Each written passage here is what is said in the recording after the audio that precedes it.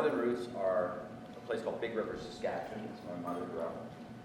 I was born in North Battleford, but raised in Rossiter, in a small town between Saskatoon and Prince Albert.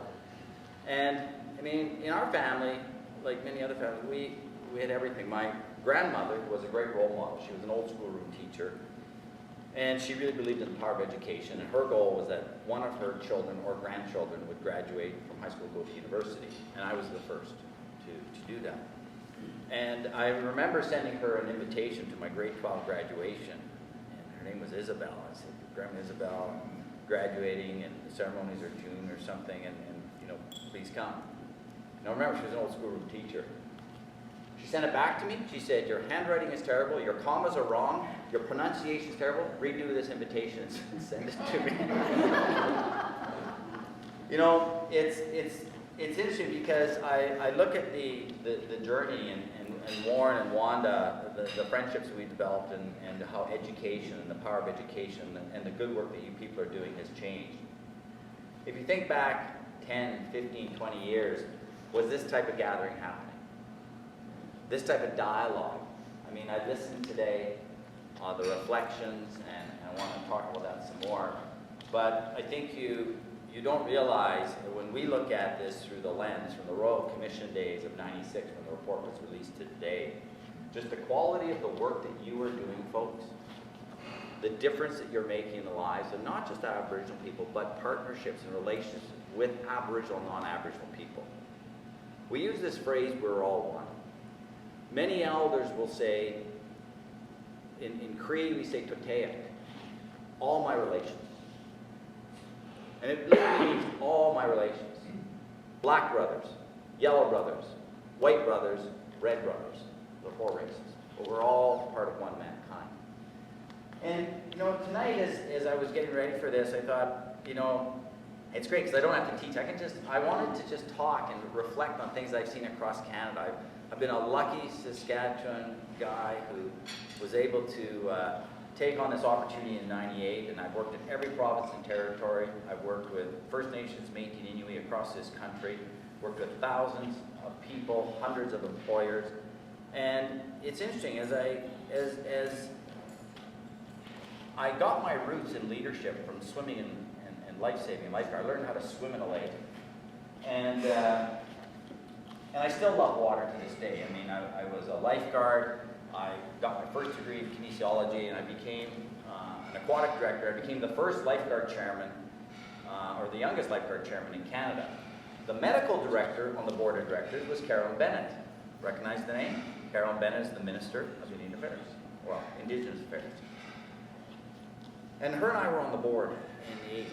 I was the chairman, and we worked together to get the legislation changed in this country so lifeguards could do CPR. Just imagine, today, citizen CPR, it's just so common. We had to change legislation because back then, only physicians and doctors could do it. So I learned a lot about change management and leadership and these sort of great influences from my grandmother, but I still love water. So, I always say to the youth, you have to continually set goals. So I took my newest goal is, I took up kite surfing about 8 years ago. We do it in the winter time on the snow with snowboards. This is up at Campbell Lake. I'm getting pretty good. I got 3 kites. My wife just said, make sure you get life insurance. And I go, and then my buddy Dan Brown caught this picture where I was going up and I'm losing the board. You can see it. I'm losing it. And I'm not going to show you the rest of the pictures because you know that coyote, Wile E. Coyote cartoons with sort of like a rope around your neck getting dragged? Well, that's what it looks like after I tumble out of that. But it's interesting. I think the power of sailing and swimming and lifeguarding, it's with me to this day. I'm a water person. I love doing this. Another big person, I mentioned my grandmother, my mother, and my grandfather. My grandfather, Pete Martel, was a war veteran. He could speak Cree, English, French, and Michif. Michif is a combination of French nouns and Cree verbs. Pataskate tableau. Who should have picked it up off the table? So language is coming back in Alberta, Saskatchewan, and Manitoba. So I'm at my mom's place. I said, Mom, Pete took you to your wedding in a cab? She said, yeah, took me to the wedding. She said, see the arrow? That was Pete's cab. How many Native folks not only drove cab, but owned a cab in the 50s? But it's interesting, when you look at work, this whole topic of workplaces, you look to all these elders and you ask them, what did you do? None of them were unemployed. They had different jobs and careers. He did everything from, he drove big trucks, he did labor, he could work for, he did fencing, he had companies, he had a cab company. But always employed, this sense of achievement. You have to provide for yourself, your family, your community. No sort of sense of entitlement or anything like that. You look at guys like Chief Harry Cook, the first welder in the Union. I just ask these folks, it's the children and their children's children where we got into the gaps in the 60s and so on. And so like many of you, I think that I wanted to tell you my conclusion, which is this: Aboriginal people have always had a proud tradition of work. You look back, and we have thousands of years of experience, traditions of dedication, achievement. Everybody in the community had roles and responsibilities. If you were absolutely dysfunctional and didn't contribute to communities, some tribes had banishment. They would rather banish a person to save the group, right? And that is a principle of survival. And it's interesting because you look at this picture, everyone recognizes it. These are iron workers, Maliseets, Mi'kmaq, Mohawk workers. You go to Quebec, New Brunswick, you'll find 8 generations of families that have never been on a day of social assistance. They have had careers. So the Levi Bridge is a bridge in Quebec. And at the time it collapsed in about 1910, it was the largest bridge being built in the world.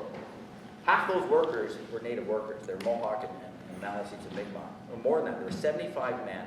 There was about 25 Americans, about another 20 French Canadians, and so on. And they were building another bridge somewhere, I think it was in China. And it was going to be bigger by 10 feet. So they radioed back and said, build this bridge 12 feet, so it would be still the biggest. Anyways, back then it was telegraph, right? And the telegraph wire said, they sent it down to Chicago, and then Chicago wrote back and said, no, don't make this bridge 12 feet long. The stresses won't take it. Get those men off the bridge. By the time the telegram got back, the men had been on there, and this thing collapsed. And there was over 100 who died. It was the women from the Mohawk communities who said to their men, you will never again work with 50 men on a job or we lose our men. You're going to go in teams of 4 and 5. And that's how the Mohawks started to go through the United States in teams of 4 or 5, because the women said, if we're going to lose you, we're going to lose 4 or 5. We're not going to lose 50. Isn't that an interesting story? Both, again, leadership. And, you look at the role that Aboriginal people played in economies. We were so integral in the fur trade. In fact, so integral that when the fur trade was evolving and developing, the Hudson Bay Company created the first currency, which is modeled on our beaver, made beaver, capital M, capital B. So if you look at the Hudson Bay records, you can go in and say capital M, capital B, 10 MBs might be for a rifle. And so there was this trade exchange, just like the gold exchange, but it was this made beaver. Aboriginal people were negotiators, bankers, great adversaries. They were partners. There was credit. Imagine banking credit. There are some Native people that still don't have a bank account to this day, but back then, there were Aboriginal entrepreneurs getting credit for 2 years to go out and get beavers. The first time the Hudson Bay Company sat down with the old inhabitants, the natives, they said, how come you guys only get us about 22 beavers a week? Well, we've got to do other things. We've got to We've got to provide for our family, a bit of recreation, make some babies. I mean, it's life. That's why we generally get you about 20 meters. Well, what if we, so it takes about another 20 hours a week to go out and sustain our families. So they said, what if we built you ration houses and we put salt and flour in these ration houses? And they said, well, if you did that, you'd probably get 40 beavers a week. So the whole thing about ration houses was never because Indians were poor or hungry or needy. It was out of an economic rationale so that they could go from 20 to 40 beaver pelts a week. And that's why they got salt and these types of things. There's some fascinating history. I mean, I learned a great lesson about money from my Aunt June Martell. I remember my uncle died. She went to the Big River Tribune and it said, the editor said, Mrs. Martell, the first 7 words are free, but every word after that cost you 25 cents, an obituary. She had forgotten, and she wrote this really long obituary. She goes to deliver it. He says, oh, this is going to cost you a lot of money. First 7 words are free, every word after that's 25 cents. She says, oh, forget that, give that back to me. And she goes and she rewrites it. Shows up in the Big River Tribune the next day, and it says, Ed Martell died. 1957, 4%.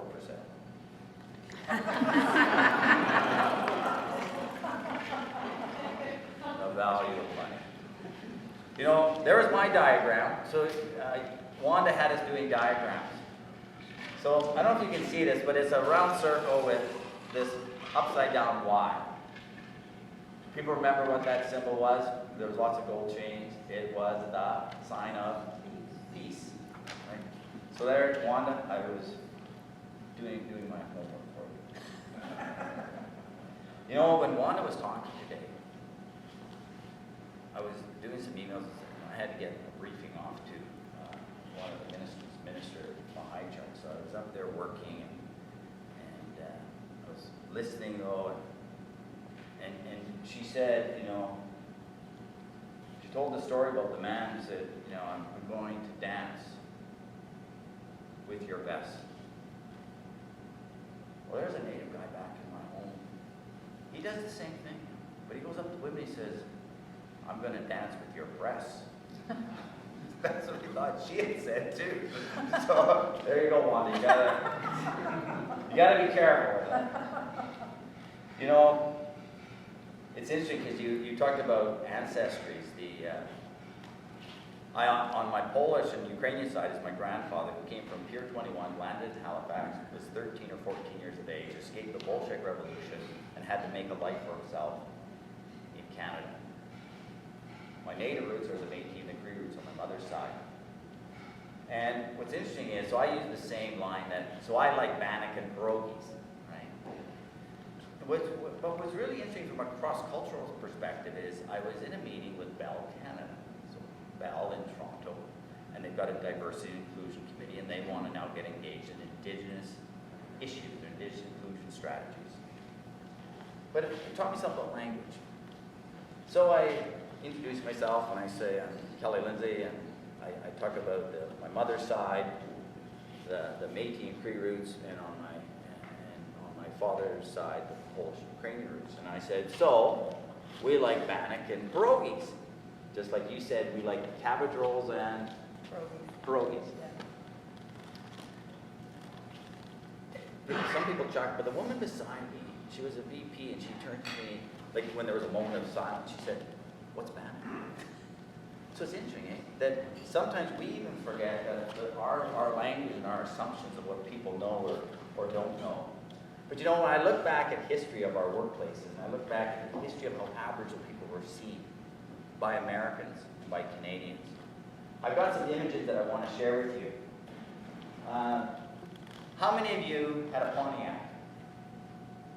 And on the hood of that Pontiac was an ornament. Did it look like that? Well, Pontiac is a tribe in the United States, right? Companies model their marketing, emblems, motifs, and messages on the values of Indigenous people: strength, honor, respect, humility. There was, if you were a company and you saw Aboriginal people as drunken Indians, not employable, would you put them on your car? Would you have the very best rail station, the Santa Fe, called the Chief? If you look back historically, you see Aboriginal names and people. How many can remember filling up for gasoline? You used to pay for 5 gallons. They'd fill up the glass cylinder, pour 5 gallons into your tank, Red Indian motor oil. We named tobacco, tomatoes, foods after indigenous groups. The Ojibwe. The one over here I found in Ontario in an antique shop. The one on the glass, and it's this one, stomach bitters. And what's it called? But basically, it's great for constipation. So they took these medicinal treatments of our indigenous peoples and packaged it. Sports teams, the Blackhawks, the Braves, the Cleveland Indians, and today there's big debate over whether or not you can name, for example, Redskins is basically deemed no, not appropriate, just like you would name other people after ethnic races. But what's interesting about the Seminoles are a tribe in Florida, and I think it's called Florida Seminoles, and they're a college team. They went to the Seminole tribe. They said, look, is this going to be a problem? We want your permission, we want your support. And the Seminole said, you have our blessing. We're proud to have the Seminole name with the Florida Seminoles. The Seminoles, by the way, bought the Rock Hard Rock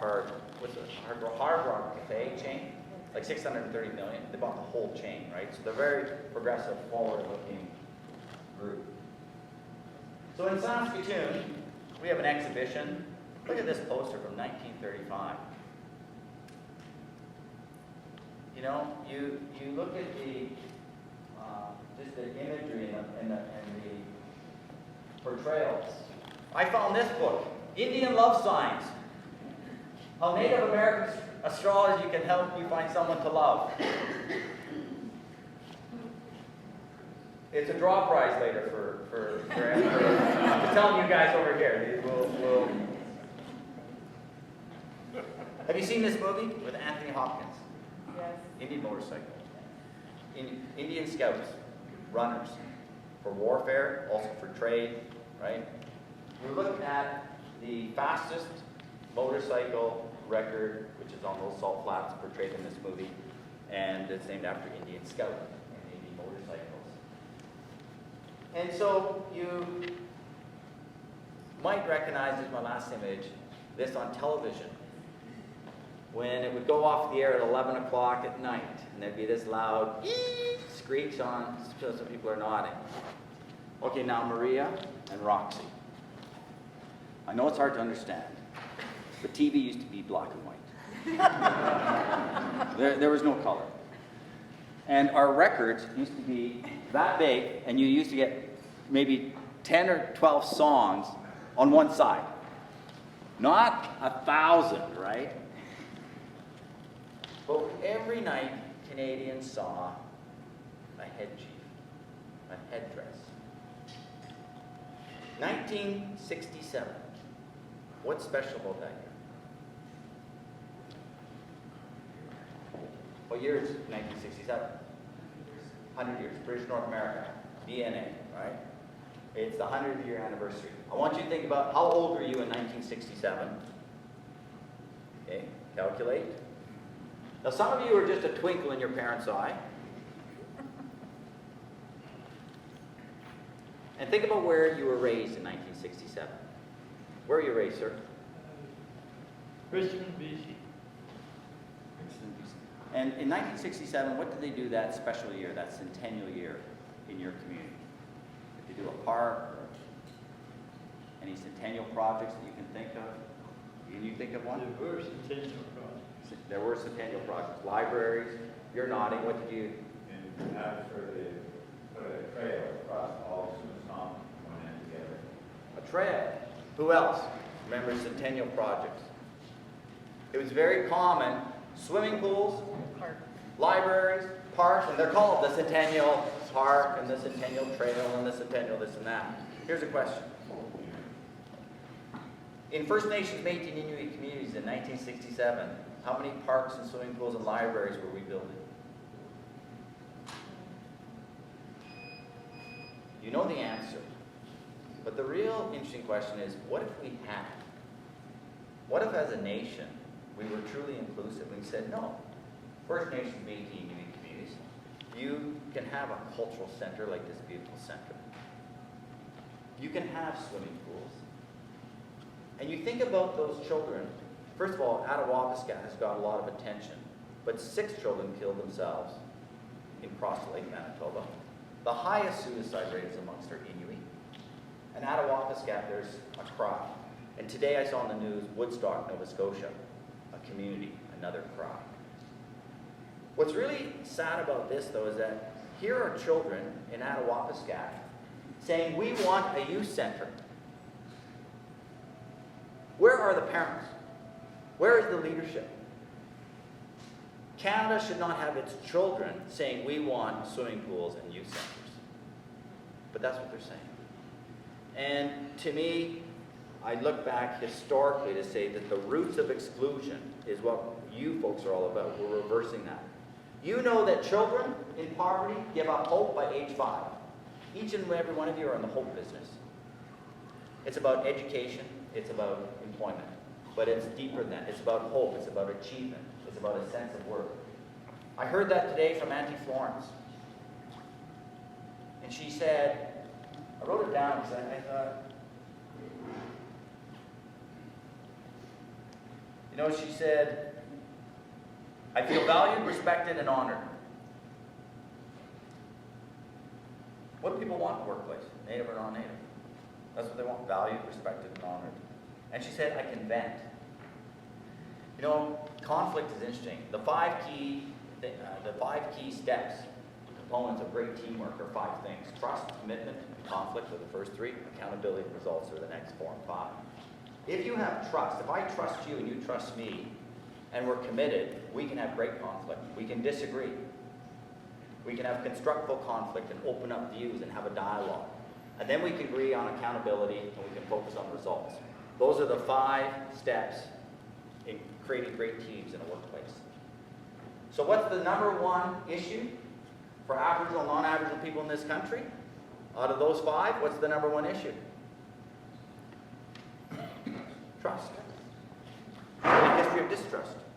The foundation of building workplaces, cross-cultural workplaces, comes down to trust. And I see such a change. I mean, you look at I think the exciting changes from 67 to today. In 67 and the 60s, Martin Luther King was marching for civil rights.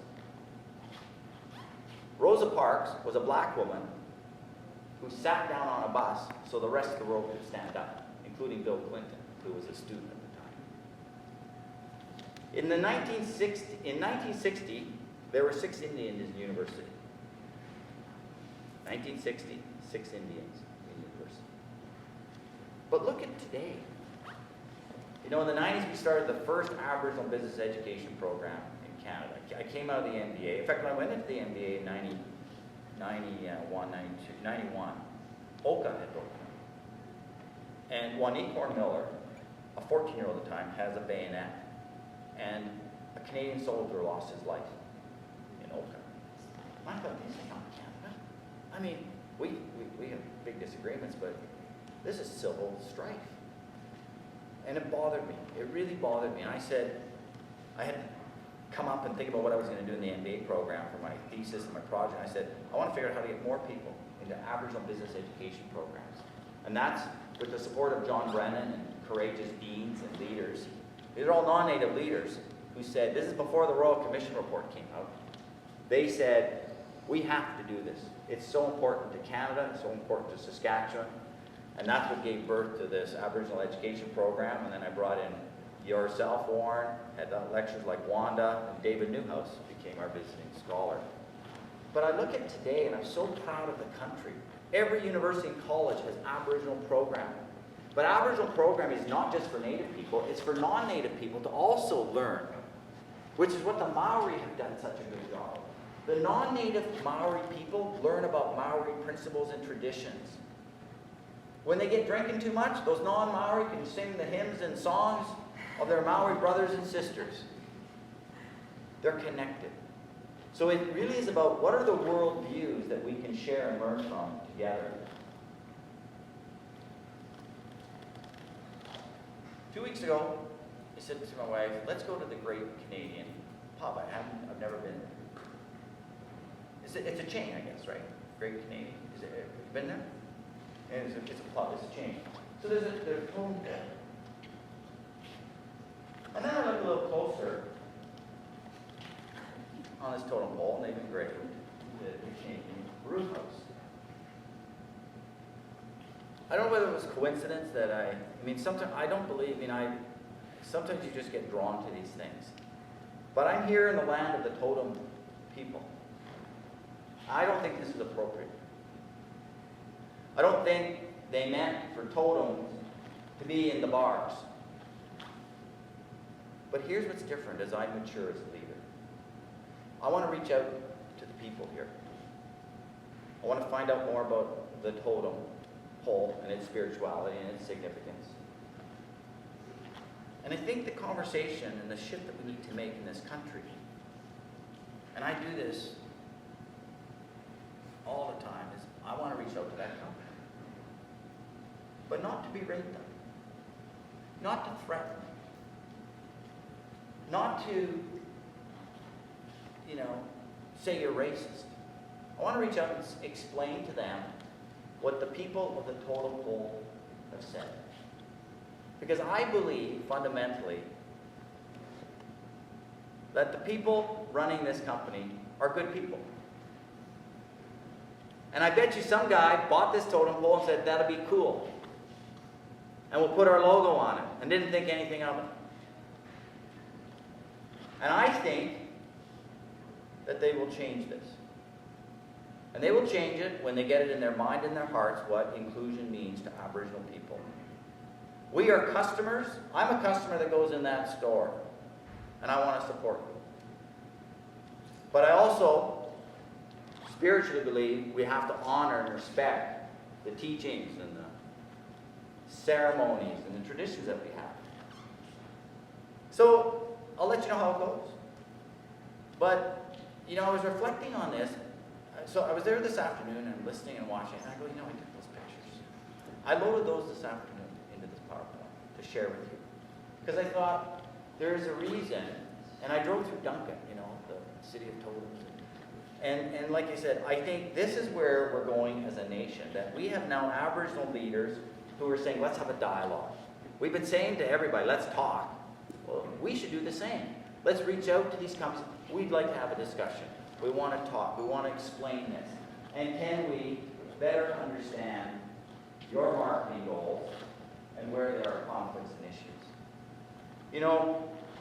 We developed an inclusion continuum. It's a roadmap to help employers climb the inclusion continuum, to be an employer of choice. It's got 3 negative stages, and it's got the 4 business stages. So over here, it's indifference, intimidation, image, and then initiation, incubation, integration, inclusion. You can go on our website and you get a copy of it. You can get a description of it. Intimidation, we don't care. Everyone's welcome here, as they got Archie bunkers that walk around their workplace. And people remember Archie Bunker. Today, the problem with an Archie Bunker is you get sued. Intimidation is inclusion as forced compliance. What's the minimum we need to do to avoid an employment equity audit? Or what's the minimum we need to do to avoid those lawsuits? So they look at inclusion through a minimalist lens. The inclusion as image, stage 3, sometimes I go into corporations or these boardrooms, and boy, I see a lot of native art on the wall. And I see soapstone carving. And no Aboriginal people working there, but boy, they got great art. All right. Or they're the company that buys the corporate table at our Aboriginal events, and they take a check mark saying, we're really committed to Aboriginal partnerships and employment, but the table's empty that evening. That's image, and you're stuck. The business case starts at stage 4 initiation, where there is a business case for inclusion, there is a business imperative that we can actually address the social, economic, and community business case for inclusion. That Aboriginal people and non-Aboriginal people actually want the very same things. We want the 4 E's. The 4 E's are, we want employment, education, and socioeconomics, which is health, schools, and so on. What's the 4th E? Self-esteem. It's not about how we feel about ourselves. It's about mental health. It's what Clara Hughes talks about.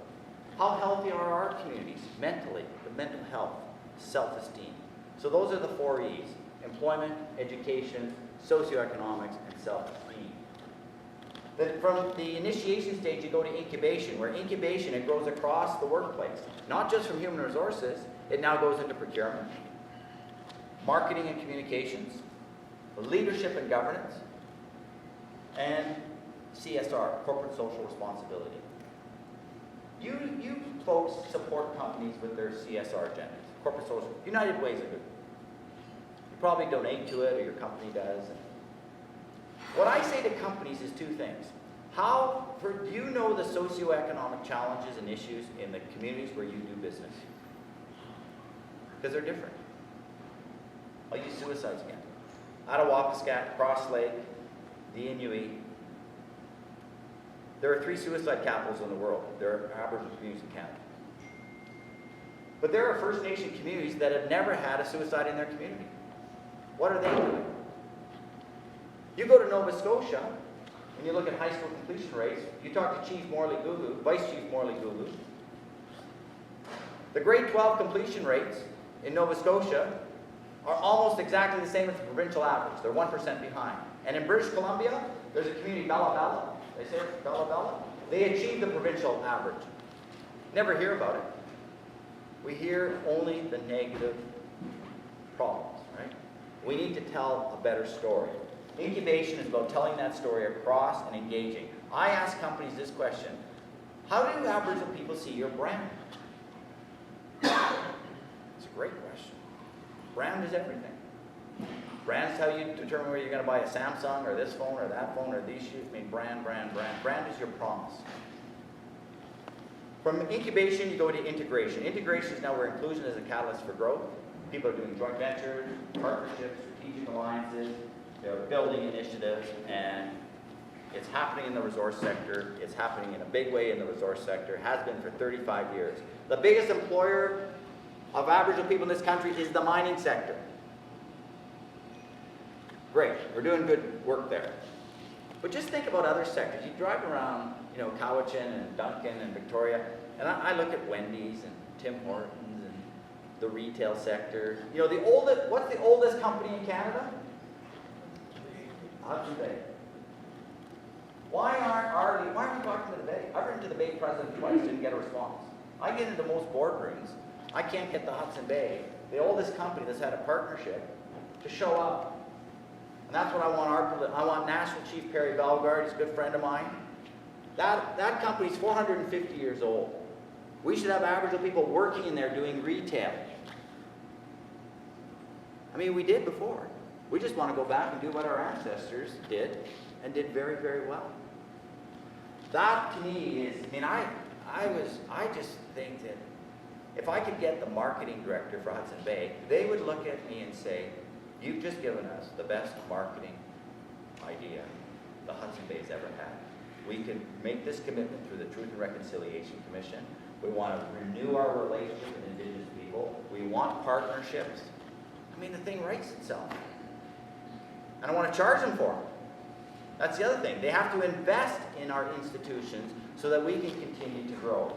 And the last stage is inclusion, where you're practicing inclusion as a norm. You mentioned Kachita. As we get workplaces ready, and you do this cross-cultural work, here's what's happening. The workplaces are getting ready. Companies are developing their strategies. They're building their competencies. This is a competency-based approach to workplace inclusion. We have diagnostic tools and surveys to actually measure and benchmark the company's practices, strategies, and knowledge know-how. you know what's happened? Workplace is ready, but are people ready? Our people are not ready in many cases. We have supply side issues, literacy, education, black mold housing, water, transportation. These are just issues. Cowichan was created, it's a Cree word, it means to reach out to someone or something. What I want is for every Aboriginal youth in this country to have an e-mentor, an employer.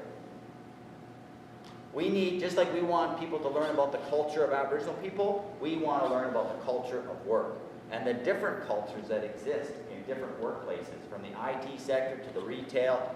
These are very different cultures. It's complex. And as Aboriginal youth going, people going into these workplaces, whether you're Aboriginal or non-Aboriginal, you've got to learn how workplaces have these cultures and how you deal with, as our elder said, conflict and being able to be part of a team. So Cowichan, its vision is, again, we have 400,000 youth coming into the market. I want 400,000 mentors, and we're trying to raise funds for it, talking to government. But the key is this. I think that if every kid in grade 10 had e-mentors, the key is to get them through grade 12, because 91% of kids go on to post-secondary. Now, they got all kinds of problems with post-secondary, but at least they got to post-secondary. So I'm very pragmatic in terms of, it's about getting through grade 12. But the second issue we need to focus on is not just getting through. We have forgot about quality. I don't want to talk about data, labor market information. I ask these two youth, I ask, what are you doing? And excellence. We've always had a spirit of excellence in our communities, and that's what's needed. You recognize the gentleman on the left? I guess your left. Today I heard some of the people speak about what you learned in your breakout sessions. One of you said, we need a new narrative. It's about resilience. I think this is so very true. When you think about stereotypes, ask yourself, do you have any stereotypes? I do. I can remember, I was in grade 10, my grandmother, she had a long muskrat coat, and I thought, man, that would be cool, wear this muskrat coat, had a big muff, walked in, it's 40 below in Saskatchewan. So I got this coat and I'm wearing it. That night, my dad, he worked for SAS Power, he comes home and he said, you'll never guess what I saw downtown Roster. There was some guy walking down the street in a woman's coat. And my sister pipes up and says, well, that was your son. I go into a restaurant and a waiter or waitress comes up to me and they got metal in their eyebrow, nose, everywhere. The first stereotype in my head is not, you're beautiful. I think, holy Christ, that must have hurt. And then I give myself a whack on the side of the head and I go, but you probably are studying accounting, or you're going to be a surgeon and work on my gallbladder one day. Who knows, right?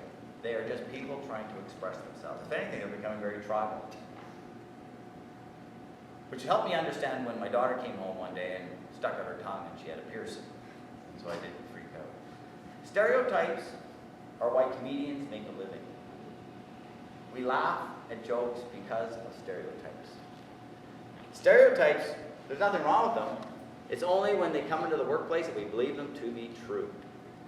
And they actually impair you in the workplace. I look at guys like this past year I had an opportunity to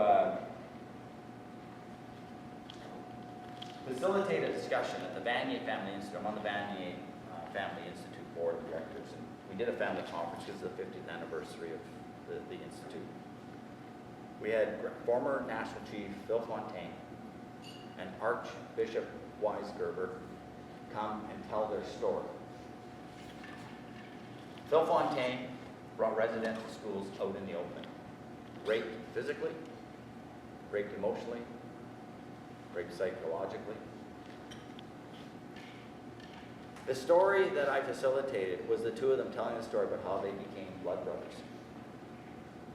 So Phil, Wap Canu's father, who's passed away, and another gentleman, they adopted Archbishop Weisgerber as a part of healing and reconciliation. And so when you spoke today and I heard you guys speaking, it just reminded me of the power of acceptance and healing and forgiveness, and really moving together forward in this inclusive spirit. I think that the challenge going forward is that I ask a lot of employers, and many of them are, men running companies. I'll say, well, have you, they've got foreign workers and so on. And I'll say, have you ever, what about Aboriginal people? Where'd you grow up? And they'll say, you know what? I grew up in a small town. I played hockey with the Indians. Or, one of my best buddies was a native guy from that reserve. Or, they can name people. They can name the communities within an hour of their business. They've gone to Germany and everywhere else for talent. And I said, did you ever think to reach out to that buddy to talk about opportunities in your company? These people are not racist. They look at me, and I call it the great disconnect. They go, no. It's an hour away, and I've never thought to actually drive to that First Nation or Métis community and talk to them about work. It's no different than in America, where Americans couldn't see African Americans as a solution. So that's the big disconnect that we are overcoming together. The work that you folks are doing, we're breaking that down, and we're starting to get people to say, yeah, let's do connect. But it's a two-way street. I believe in shared accountability. Companies need to reach out, but so do we. We need to reach out to Great Canadian. We need to reach out to Hudson Bay. We need to reach and say that we want a partner. We want a new relationship. We want deeper partnerships. And that's the spirit that I feel coming through you folks, and I see happening across Canada. I think if we do this well, my final point, and I'm going to share with you a reason to believe, but you used Wanda Sitting Bull, and your Sitting Bull said, let's put our heads together to see what we can do for all of our people. So in Treaty Talks, he was talking about treaty is for everybody. What can we do for all of our people? And he counted white children as his children. That's why Sitting Bull, to me, is such a powerful spirit. I was in Australia, went down to Australia. They wanted to know more about how to get employers engaged in Australia. Yeah, I bet you it's sort of like the 1970s in Canada. That's the stage of development that they're at. And I did some work with them, and this one elder, she said to me, she gave me an Aboriginal proverb. It takes 1,000 voices to tell a story. 1,000 voices. And I think that, Warren, the work that these folks are doing and the efforts you're making is a powerful voice. You're one voice each, and collectively you're a powerful voice. And you can sense it. We have a Prime Minister who said the most important relationship to me is our relationship with Canada's Indigenous peoples. There is an opportunity here, unsurpassed, I think. We now have, and Canada needs to be ready for rich Indians. Dave Tucker, who flies around in jets. We have powerful politicians. Jody Wilson-Raybould. Isn't that great? You look at the change, but Canada has to be ready. Our people have to be ready, our communities. I think that the work that you're doing gives everybody a lot of hope and promise and reason to believe. I want you to enjoy this 4-minute song and reflection, and then I'm going to turn it back. So we're going to I just want to give you this one. This is Esther Jackal. She's from the Northwest Territories. She's talking about the power of voice. We are oral people. And we like to debate and exchange orally. That's how we arrive at consensus, and there's debate and so on. And I think that what I liked about Warren and Wanda, what you guys are doing is you're bringing all these voices to have this dialogue and exchange. And I heard people say it was a pretty powerful day for them. It was very meaningful. Marie said, this is awesome, right? It really moved your spirit. And I think that's what's great about these types of forums. So what I want to do is, if I can get, we got to give this lady a hand, who saved the PowerPoint presentation. Kristen, could you please come forward? Ladies and gentlemen, thank her for her ABM. So she says, well look, here it is, but it's in Swedish. Her keyboard's in Swedish, right? It is, but it managed just fine. We're very adaptable, so thank you for that. I tell you. Oh, so get this over.